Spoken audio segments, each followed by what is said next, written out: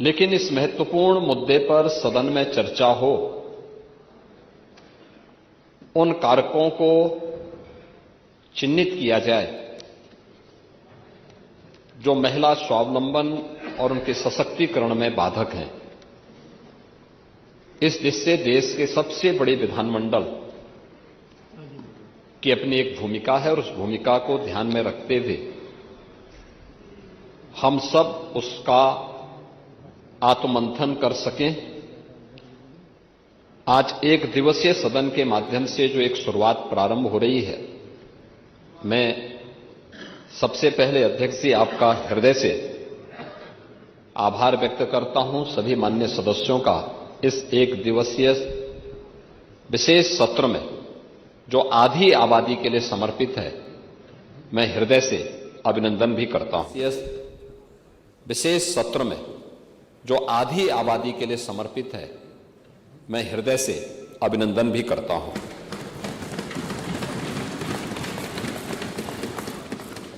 महोदय, मुख्य रूप से जो आपका विषय है वह हमें समग्रता के साथ अगर हम देखेंगे तो यह वहां से प्रारंभ होता है जब 2023 में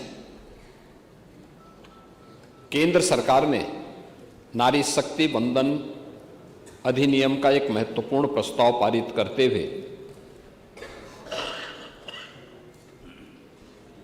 2014 से लेकर के 2023 के बीच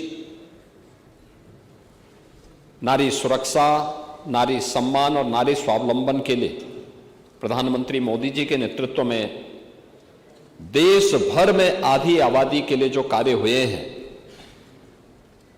उन कार्यक्रमों की श्रृंखला के साथ कि अब वह केवल लाभार्थी परक योजनाओं से ही न जुड़े बल्कि भारत की नीति निर्धारण में भी और कानून बनाने में भी उसकी प्रभावी भूमिका हो। कुल मिलाकर के अगर आप देखेंगे, आज भी भारत की संसद में अब तक की सबसे बड़ी संख्या 15% महिलाएं भारत की संसद में पहुंच पाई हैं। उत्तर प्रदेश विधानसभा में ये 11-12% तक ही सीमित है।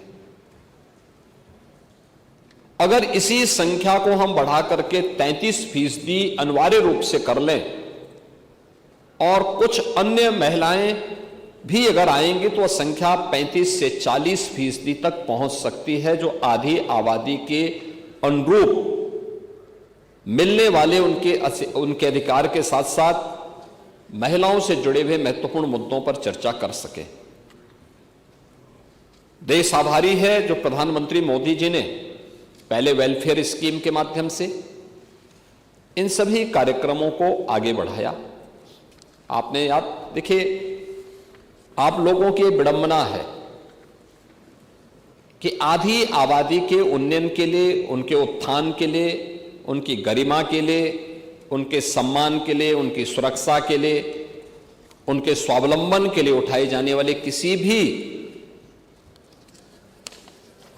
प्रगतिशील कदम का समाजवादी पार्टी, कांग्रेस और इंडी गठबंधन हमेशा विरोध करता है।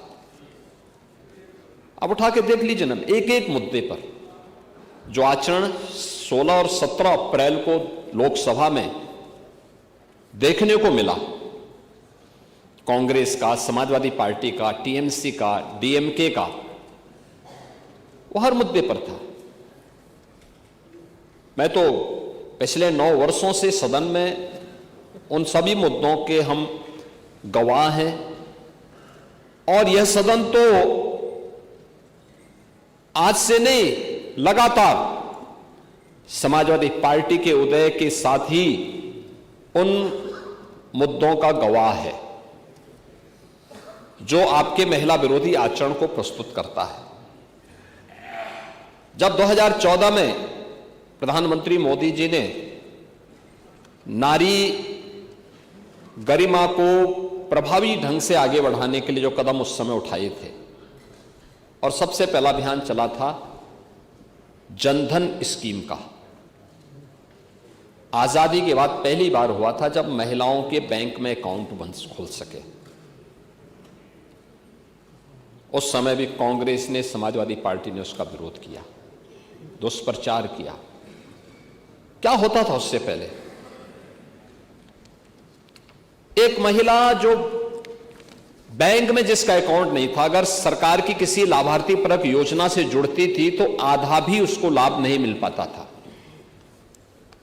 और हमारे नेता प्रतिपक्ष तो सीनियर विधायक हैं, आप तो इस बात को जानते हैं कि उनके लिए वृद्धावस्था पेंशन या विधवा पेंशन जो मिलती थी, आपके समय में 300 रुपये थी, उससे पहले 100 रुपया थी, और वह 100 रुपये में आधा पैसा केवल कमीशन खोरी का जाता था। समाज कल्याण विभाग का बाबू और उसके इर्द गिर्द की वो चंडाल चौकड़ी उस पैसे को खा जाती थी। वह लाभार्थी मुंह ताकता रहता था।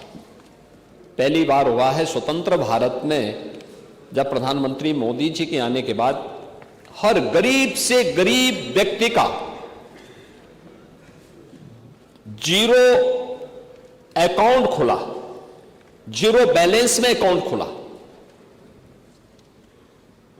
उसको मार्जिन मनी देने की व्यवस्था की गई, और देश के अंदर 30 करोड़ नारी के लिए बैंक अकाउंट खोले गए। आप लोगों ने तब भी मजाक बनाया था, तब भी आप लोगों ने उसका मजाक बनाया था कि साहब देखिए ये अपमान हो रहा है महिलाओं का। कहां है 15 लाख रुपए? यही तो कहा था आप लोगों ने, ये मुद्दे उछाले थे। लेकिन कोविड कालखंड में आप याद करिए, शासन की योजना लाभार्थी परक अभियान के तहत सीधे हर नारी के बैंक अकाउंट में शासन की सुविधा का लाभ प्राप्त होता हुआ दिखाई दिया। दूसरा, जब 2014 में 2 अक्टूबर 2014 में प्रधानमंत्री मोदी जी ने स्वच्छ भारत अभियान प्रारंभ किया था। स्वच्छ भारत अभियान के अंतर्गत सामान्य गांव हो, कस्बा हो, मोहल्ला हो, इन सबके सामूहिक रूप से स्वच्छता के कार्यक्रम के साथ जुड़ने के साथ हर घर शौचालय का भी एक बड़े कार्यक्रम को आगे बढ़ाया था। समाजवादी पार्टी ने तब भी विरोध किया था। याद करिए, उत्तर प्रदेश में बनने थे 2 करोड़ 61 लाख शौचालय। पहले 2.5 वर्ष में समाजवादी पार्टी की सरकार के समय 40 से 41 लाख शौचालय ही बन पाए थे, पहले 2.5 वर्ष में। और 2017 में जब डबल इंजन की एनडीए की सरकार यूपी में आई, हम लोगों ने अगले 1.5 वर्ष के अंदर 2 करोड़ से अधिक शौचालय बनाए थे प्रदेश में। 2 करोड़ से अधिक शौचालय। देश भर में 12 करोड़ शौचालय बने। आप लोग तब भी मजाक बनाते थे, तब भी हंसते थे कि शौचालय से क्या होगा। पांडे जी, आप जैसा वरिष्ठ व्यक्ति केवल अनुभव से ही वरिष्ठ नहीं है, संसदीय परंपराओं से ही वरिष्ठ है। आप लोग अपने को सोशलिस्ट कहते हैं, लेकिन आधी आबादी की प्रगति और उनकी गरिमा के सम्मान की रक्षा के लिए कभी संवेदनशील नहीं दिखाई देते। ये जो शौचालय थे, केवल शौचालय नहीं थे, ये शौचालय नारी गरिमा के प्रतीक भी थे, गांव की स्वच्छता के प्रतीक भी थे, मोहल्लों की स्वच्छता के प्रतीक भी थे, और बीमारियों को समाधान और उन्मूलन के भी महत्वपूर्ण पहल थी। इंसेफ्लाइटिस की बीमारी आपके जनपद में तो सर्वाधिक होती थी, आप लोग कुछ नहीं कर पाए। और मैं कह सकता हूं, डबल इंजन की बीजेपी की सरकार आई, एनडीए की सरकार आई, आज इंसेफ्लाइटिस से कोई मौत उत्तर प्रदेश के अंदर नहीं होती है। ये हमने उन मासूम बच्चों को ही बचाया है, नारी गरिमा की रक्षा भी हुई। नहीं तो होता क्या था, होता क्या था फिर? गांव में आप पैदल नहीं चल सकते थे, महिलाएं बीमार होती थी, शाम के समय सड़कों पर महिलाएं जहां तहां शौच के लिए बैठी रहती थी और समाजवादी पार्टी के सोहदे वहां जाकर के छीटाकशी करते थे। ये दृश्य होता था, ये दृश्य था। लेकिन आधी आबादी की गरिमा की रक्षा करने के साथ साथ उनके स्वास्थ्य के लिए और भावी पीढ़ी के भविष्य को उज्जवल बनाने के लिए, उनकी सुरक्षा के लिए प्रधानमंत्री मोदी जी ने स्वच्छ भारत अभियान के माध्यम से वो व्यवस्था दिलाई। हर घर, पांडे जी प्रस्ताव में आ रहा हूं ना, प्रस्ताव में रखूंगा उसी पे। अभी जब मैं उस पे आऊंगा फिर प्रस्ताव रखूंगा मैं। अभी उसकी भूमिका तैयार कर रहे हैं जिसका आप विरोध कर रहे थे, जिसका आप विरोध कर रहे हैं उसी की मैं भूमिका तैयार कर रहा हूं। नहीं, मैं वही आ रहा हूं ना, मैं वही आ रहा हूं। आप लोग देखिए, वही तो मैं कह रहा कि आप लोगों के आचरण को देख करके गिरगिट भी संकुचा जाएगा कि कौन आ गया है ये, कि ये संसद में आचरण कैसा और यहां आचरण कैसा, वह भी संकुचा जाएगा। कैसे रंग बदला जाता है। यानी दिल्ली से लखनऊ पहुंचते पहुंचते जब आधी आबादी के आक्रोश को झेलना पड़ रहा है, अब यहां पर रंग बदल गए। अब कह रहे हैं 33% आरक्षण होना चाहिए। सदन में विरोध क्यों किए? क्यों सदन में विरोध किए? और इसीलिए मैं कह रहा हूं, इसी प्रकार से आधी आबादी को देखिए, पहली बार आवास की सुविधा का लाभ भारत के अंदर 4 करोड़ गरीबों को प्रधानमंत्री आवास योजना का लाभ मिला है। पूरे देश के अंदर, उत्तर प्रदेश के अंदर 65 लाख गरीबों को एक आवास मिला है, एक लाभ मिला है। एक आवास का लाभ 65 लाख परिवारों को उत्तर प्रदेश के अंदर मिला है। और 65 लाख परिवारों को अगर आप देखें प्रधानमंत्री आवास योजना के पहले 1.5 वर्ष में, यानी समाजवादी पार्टी की 2.5 वर्ष तक सरकार थी, 2.5 वर्ष में प्रधानमंत्री आवास योजना में एक भी आवास आप नहीं बना पाए, बल्कि भारत सरकार के प्रस्ताव का विरोध करते रहे। ये डबल इंजन की एनडीए की सरकार आई, हम लोगों ने आने के बाद पिछले 9 वर्ष में 65 लाख गरीबों के लिए आवास बनाए हैं और उन तबकों को भी आवास उपलब्ध करवाया है जिनके पास कोई आसरा नहीं था। और इनमें से ज्यादातर आवास महिला लाभार्थी के नाम से है, यानी महिला भी लाभार्थी हो सकती है और उसके नाम पे आवास हो सकता है। ये भी सुविधा उपलब्ध करवाई है, ये भी उनको सुविधा भी उपलब्ध करवाई। ऐसे ही आबादी की लैंड, आप तो जानते हैं गांव में ज्यादातर लोग ऐसे होते हैं जिनके पास अपनी भूमि नहीं होती है। ग्राम पंचायत आबादी की लैंड में उसको आवंटित करती है, पट्टा देती है, वो उसी पे अपना मकान बनाता है, लेकिन उसका मालिकाना अधिकार उसके पास नहीं होता है, कागज नहीं होता था।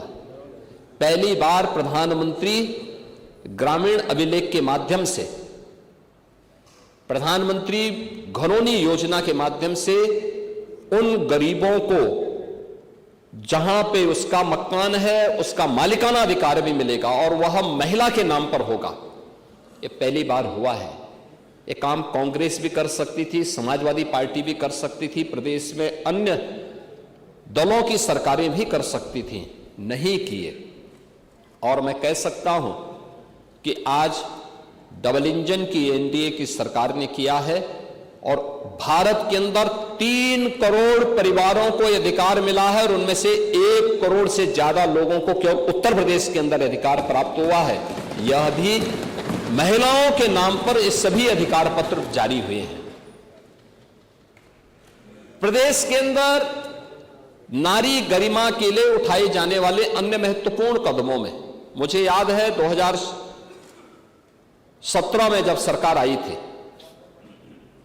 हमने मुख्यमंत्री सामूहिक विवाह योजना लागू की थी।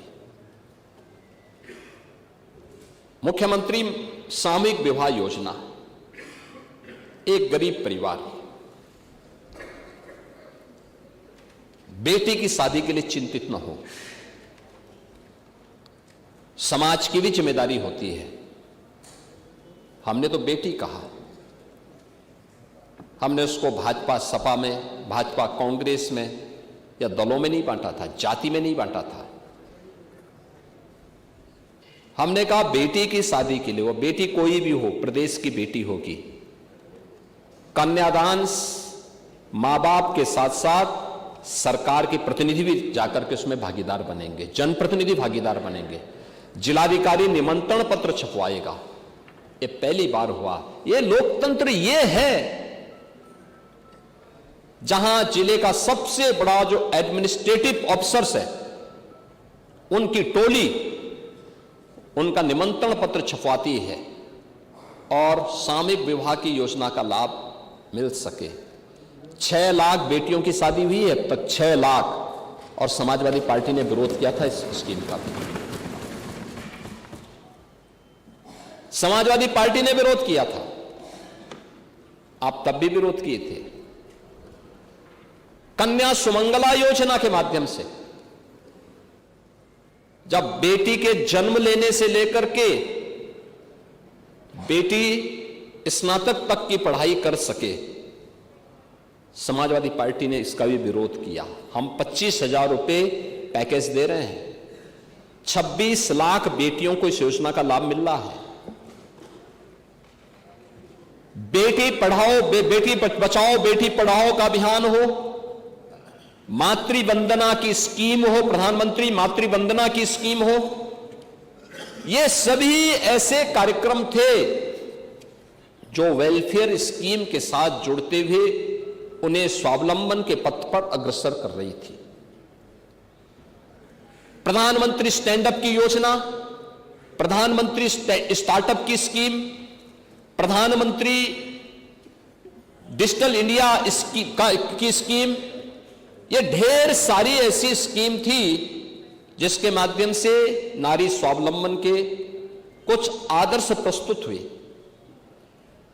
आप देखेंगे कि उत्तर प्रदेश के अंदर पीएम स्टार्टअप की स्कीम लागू होने के बाद 20,000 से अधिक स्टार्टअप स्थापित हुए हैं। और मुझे बताते हुए प्रसन्नता है कि प्रधानमंत्री स्टार्टअप की स्कीम, प्रधानमंत्री स्टैंड अप की स्कीम के अंतर्गत जो अभियान प्रारंभ हुआ, उसके कारण आधे स्टार्टअप यूपी के अंदर महिलाओं के द्वारा संचालित किए जा रहे हैं और सफलतापूर्वक संचालित किए जा रहे हैं। ये जब किया गया तब, पहल हुई है तब। उज्ज्वला योजना में आप लोग केरोसिन भी ब्लैक कर देते थे, और आज कांग्रेस के समय में एलपीजी के सिलेंडर तो मिलते नहीं थे, डंडे जरूर पड़ जाते थे।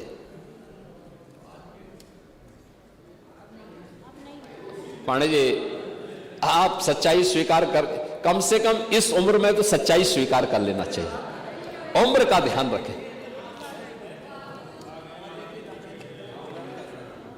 लेकिन कनेक्शन की समस्या थी।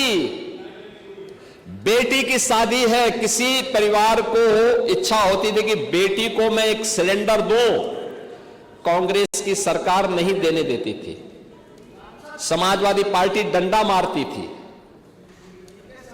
और बाकी तो जो होना था सब होता था। आप देखे होंगे देश के अंदर 10 करोड़ महिलाओं को एलपीजी के फ्री में कनेक्शन उपलब्ध करवाए गए। 10 करोड़,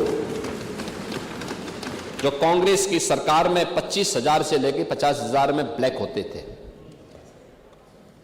इंडी गठबंधन की सरकार में, यूपीए की सरकार थी, उसी का नया रूप इन्होंने, गिरगिट की तरह जो रंग बदलते हैं ना, यूपीए से जब देखा कि अब यूपीए से काम नहीं चलेगा तो उसको इंडी गठबंधन कर दिया। तो इंडी गठबंधन की सरकार उस समय जो यूपीए के नाम पर थी, उस समय 25,000 से लेकर 50,000 में बिकता था। और फ्री में मोदी जी ने 10 करोड़ महिलाओं को रसोई गैस के सिलेंडर उपलब्ध करवाए। देश के अंदर 50 करोड़ महिलाओं को 5 लाख रुपए का आयुष्मान भारत की सुविधा का लाभ भी मोदी जी ने दिया और 80 करोड़ लोग फ्री में राशन की सुविधा का लाभ प्राप्त कर रहे हैं। यह वेलफेयर की वे स्कीम है जो पिछले 12 वर्ष के अंदर देश के अंदर प्रधानमंत्री मोदी जी के नेतृत्व में जो कार्यक्रम आगे बढ़े। लखपति दीदी की स्कीम 3 करोड़ महिलाएं आर्थिक स्वावलंबन के मार्ग पर चल रही हैं। उत्तर प्रदेश में वीसी सखी, बैंकिंग कॉरेस्पॉन्डेंट सखी गांव में बैंकिंग लेन देन का काम कर रही हैं, बेहतरीन उदाहरण प्रस्तुत कर रही हैं। मिल्क प्रोड्यूसर के रूप में बुंदेलखंड में बलेनी मिल्क प्रोड्यूसर हो या आगरा का मिल्क प्रोड्यूसर, गोरखपुर, वाराणसी और प्रदेश के अंदर अन्य स्थानों पर महिला स्वावलंबन का आदर्श प्रस्तुत कर रही है। और कौन ऐसा सेक्टर है जिसमें आज भारत की नारी अपना लोहा न मनवा रही हो? हर एक सेक्टर में, और डिफेंस का हो, हेल्थ का हो, एजुकेशन का हो या फिर किसी भी अन्य सेक्टर में, समाज के हर एक क्षेत्र में जब वह नेतृत्व दे रही है, लेकिन इस नेतृत्व के साथ साथ उसके पास राजनीतिक ताकत भी आए, नीति निर्धारण में भी वह मजबूती के साथ आगे बढ़ सके, इसमें सबसे बड़ी बाधा आप लोग बने हैं। नारी शक्ति बंधन अधिनियम के उस संशोधन को जो 2029 से लागू होना था, उस संशोधन का आप लोगों ने लोकसभा में विरोध किया और उसी के लिए आज हम सब यहां पर चर्चा करने के लिए आए हैं कि जब महिलाएं हर एक क्षेत्र में अपनी प्रतिभा का, अपने परिश्रम का, अपनी मेहनत का लोहा मना रही हैं, बेहतरीन नेतृत्व दे रही हैं, तो फिर आप लोग क्यों उसमें बाधक बन रहे हैं? क्यों बाधक बन रही हैं?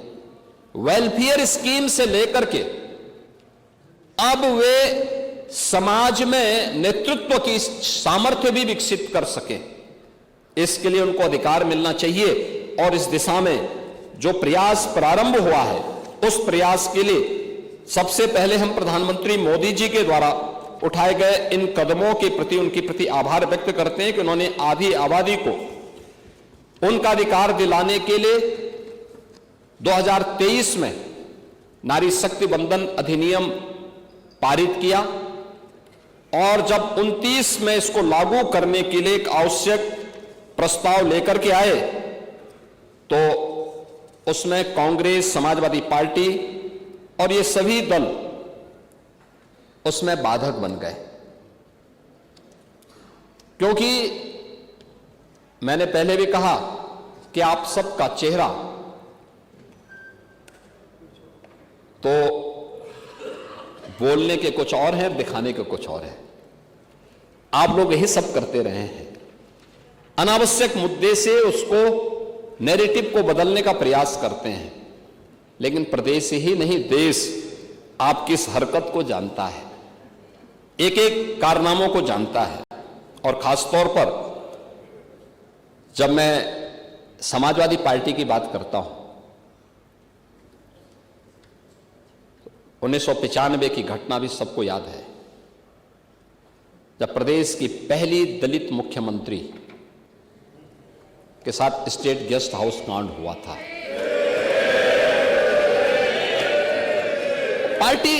पार्टी कोई भी हो सकती है, लेकिन आपका आचरण क्या था? यह स्थिति थी, यह है समाजवादी पार्टी का आचरण। समाजवादी पार्टी के नेताओं के वक्तव्यों को अगर आप देखेंगे, आप याद करिए उस समय की बहुजन समाज पार्टी की नेत्री जो बाद में प्रदेश की मुख्यमंत्री बनी, भारतीय जनता पार्टी ने उनको सपोर्ट किया कि हां, एक दलित की बेटी को सम्मान मिलना चाहिए, और वहां आगे बढ़े। देखो भाई, सवाल यह है कि उनकी बैसाखी पे सरकार तो सपा चला रही थी, यह नैतिक दायित्व तो आप लोगों का था, लेकिन आप लोगों की राक्षसी वृत्ति पर लगाम लगाने के लिए तात्कालिक रूप से आवश्यक था कि भारतीय जनता पार्टी उन्हें सपोर्ट करे, और भारतीय जनता पार्टी के नेतृत्व ने उस समय उस प्रकार की सहृदयता का परिचय दिया। स्वर्गीय ब्रह्मदत्त द्विवेदी जी अपनी जान पर खेल करके समाजवादी पार्टी के गुंडों से भिड़े थे स्टेट गेस्ट हाउस में, तब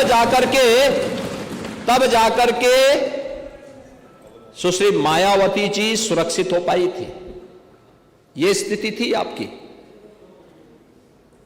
आप लोग किस नारी गरिमा की बात करते हैं? कौन सी नारी गरिमा की आप बात करते हैं? और एक लंबी फेरस्त है इसके बारे में। तो आपके समय में 2014 में, ज्यादा दिन नहीं हुए, तब भी स्पीकर आप ही थे। बदायूं में जो घटना घटित हुई थी, अंतर्राष्ट्रीय स्तर पर मामला गूंजा था। आपके नेताओं के बयान क्या आए थे? किस प्रकार के गैर जिम्मेदाराना बयान आते थे? नारी सुरक्षा के साथ कोई समझौता नहीं हो सकता। नारी आधी आबादी को मिलने वाले सम्मान को प्रोत्साहित किए जाने की बजाय आप लोग हतोत्साहित करते हैं, उसमें बाधक बनते हैं। और किस प्रकार से आप लोगों ने प्रस्ताव भी, चेयर से अध्यक्ष जी ने भी आपको बताया किस तरीके से आप अनुसूचित जाति जनजाति के लोगों पर डकैती डलवाने का काम कर रहे थे। प्रस्ताव तो आप ही की अध्यक्षता में यह सदन पारित करवा के भेज रहा था तत्कालीन कांग्रेस सरकार के पास। यह आचरण था आप लोगों का। अनुसूचित जाति जनजाति को उसका अधिकार मिले, महिलाओं को उसका अधिकार मिले, पिछड़ों को प्राथमिकता मिले, वंचितों को वरीयता मिले। यही तो एनडीए की सरकार की प्राथमिकता है और यही प्रतिबद्धता है। ये नारी शक्ति बंधन अधिनियम उसी प्रतिबद्धता का परिणाम है और उसी को प्रस्तुत करने के लिए हम सब यहां पर आए हैं। मैं तो औचक हूं इस बात को लेकर के। आप लोग बात करते हैं, याद रखना, आप सभी लोग महिलाओं के साप से शापित हैं। और मैं इसलिए कह रहा हूं कि कांग्रेस की दुर्गति आप देख रहे हैं। 40 साल हो गए हैं, 40 साल उत्तर प्रदेश कांग्रेस के देश से लगातार बंजर होता जा रहा है। मैं वही कह रहा हूं ना, इसलिए बंजर हो रहा है। और कमोबेश आपने कांग्रेस का अनुसरण करना शुरू कर दिया है तो आपको भी उसी बंजर दिशा में जाना ही जाना है, यह तय है। कांग्रेस के पतन का कारण क्या था? एक मुस्लिम महिला के साथ वही अत्याचार पर मौलवियों के सामने घुटना टेक करके नाक रगड़ने की प्रवृत्ति। शाहबानो प्रकरण में आप लोगों ने एक मुस्लिम महिला के साथ जो अन्याय किया था, उस समय शाहबानो प्रकरण के बाद जो चीजें सामने आई थी, सुप्रीम कोर्ट ने किस प्रकार की टिप्पणियां की थी। अगर कांग्रेस ये पाप नहीं करता, मौलवियों के दबाव में नहीं आता, भारत के कानून का सम्मान करके शाहबानो को भी न्याय दिया होता, तो यह दुर्गति नहीं होती। महिला विरोधी आपका आचरण 3 तलाक के मुद्दे पर भी देखने को मिला था।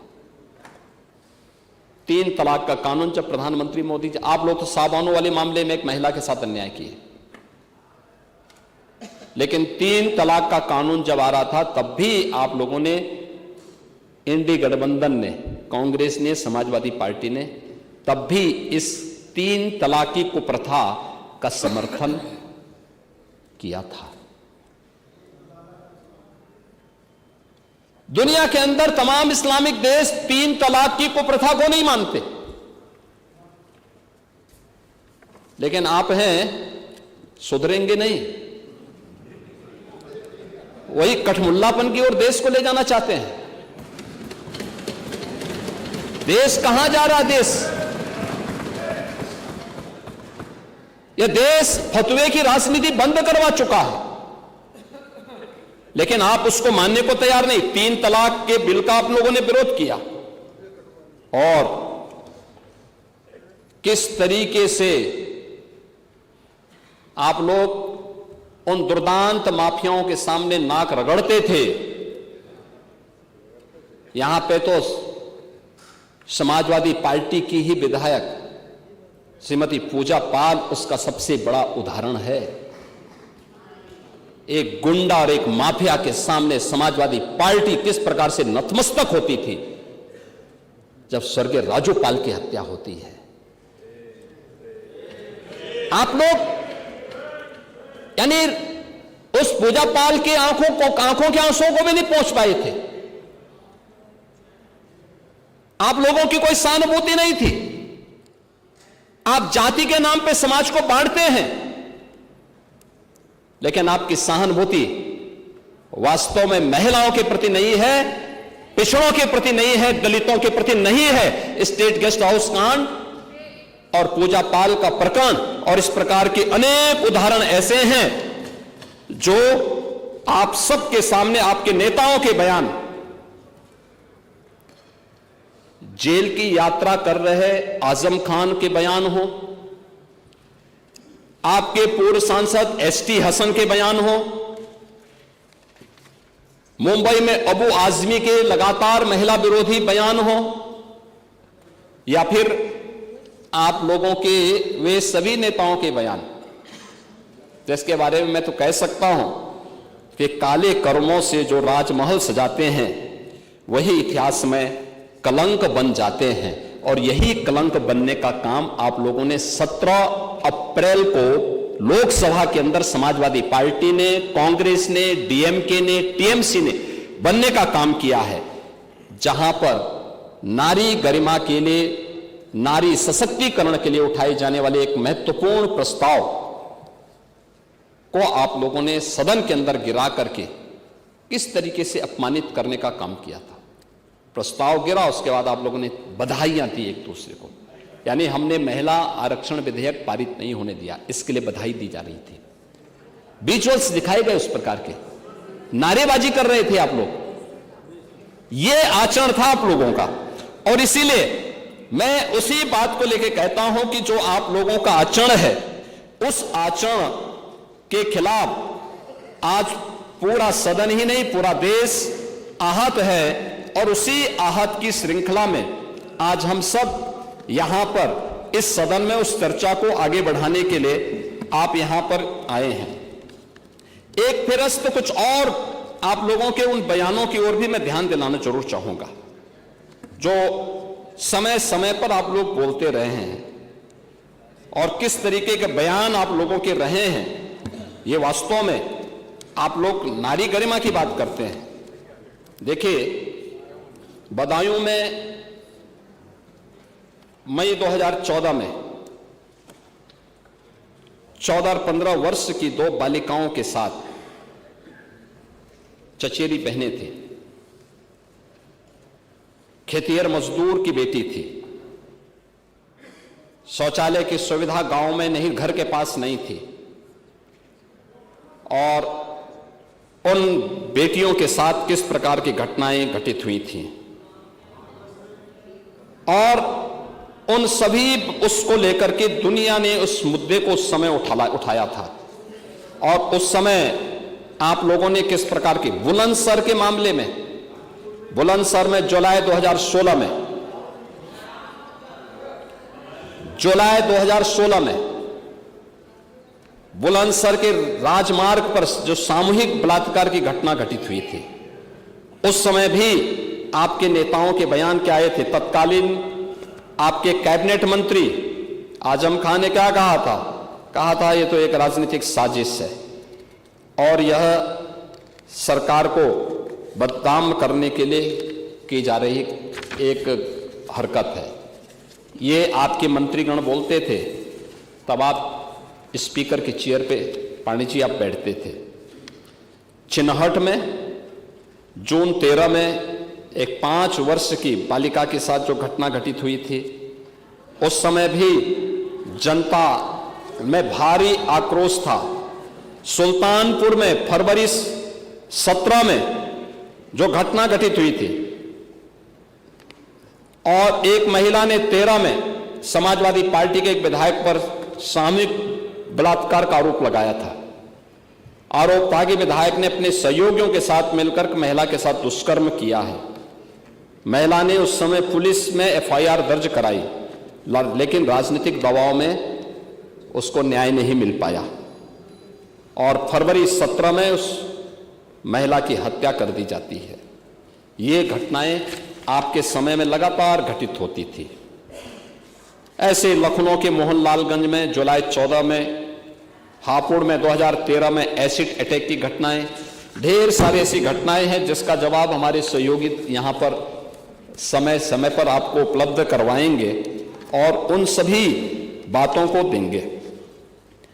मान्यवर, मैं आज के अवसर पर जरूर बोलना चाहूंगा कि ये जितनी भी घटनाएं घटित हुई हैं, ये महिला संबंधी अपराध रोकने के लिए जो सबसे महत्वपूर्ण पहल होनी चाहिए वह उनके सशक्तिकरण की होनी चाहिए और सशक्तिकरण में हर एक स्तर पर उन्हें सशक्त करने की दिशा के लिए जो कदम बढ़ाए जाने चाहिए।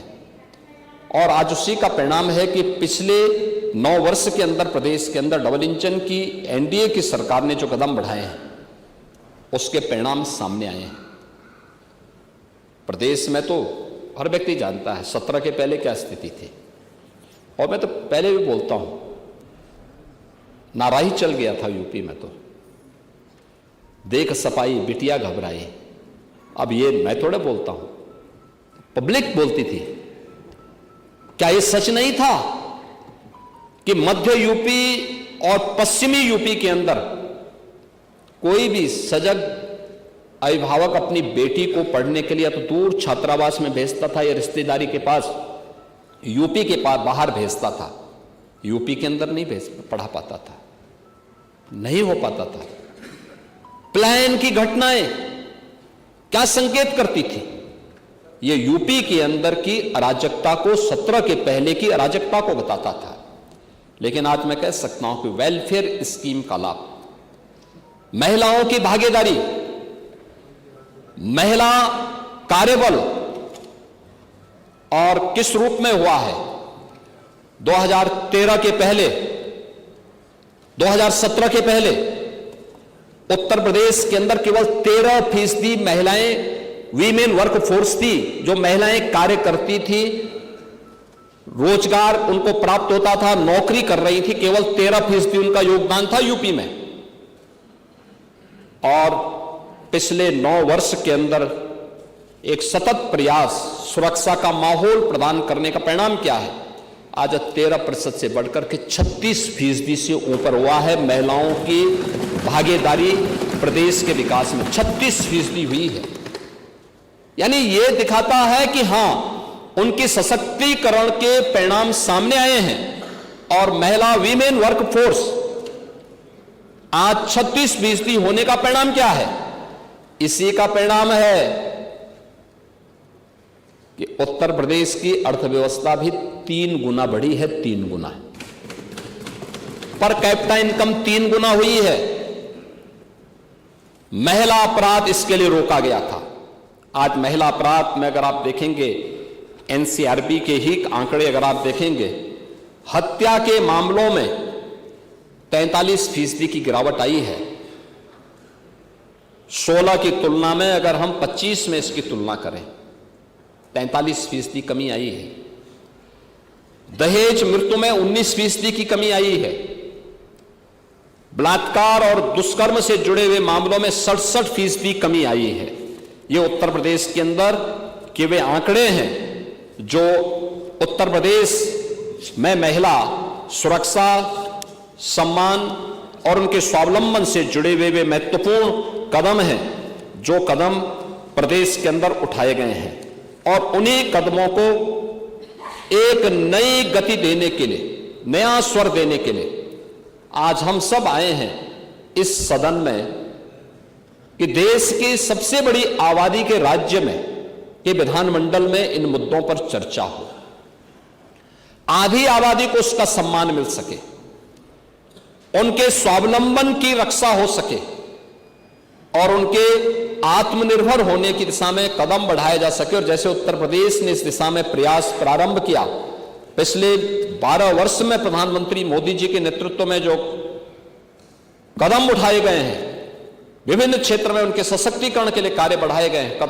कदम बढ़ाए गए, आज उसके परिणाम उत्तर प्रदेश में हमें देखने को मिले हैं। और हम लोगों ने अपनी अर्थव्यवस्था के साथ साथ उत्तर प्रदेश के परसेप्शन को बदलने में सफलता प्राप्त की, और आज उसी सफलता को एक नई ऊंचाई तक पहुंचाने के लिए उनकी राजनीतिक भागीदारी, नीति निर्धारण और देश के कानून निर्माता के रूप में आधी आबादी आगे बढ़ सके, इससे संबंधित आज ये प्रस्ताव मैं इस माननीय सदन में रख रहा हूं।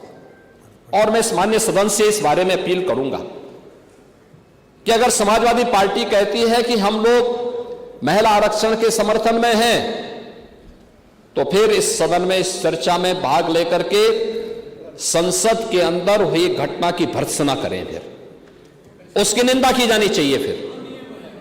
फिर नियम तो वही है जो सदन की परंपराएं बोलेंगे। हाँ, वही मैं कह रहा हूं ना कि आपके एक सदस्य कह रहे हैं आप अति निंदा करिए कि जो कुछ भी सदन के अंदर हुआ और उस दिन विधेयक को गिराने वाले लोगों की और उसके बाद गिरने के बाद बधाई देने वाले लोगों की निंदा होनी चाहिए। हम निंदा करेंगे, आप अति निंदा कर लीजिए।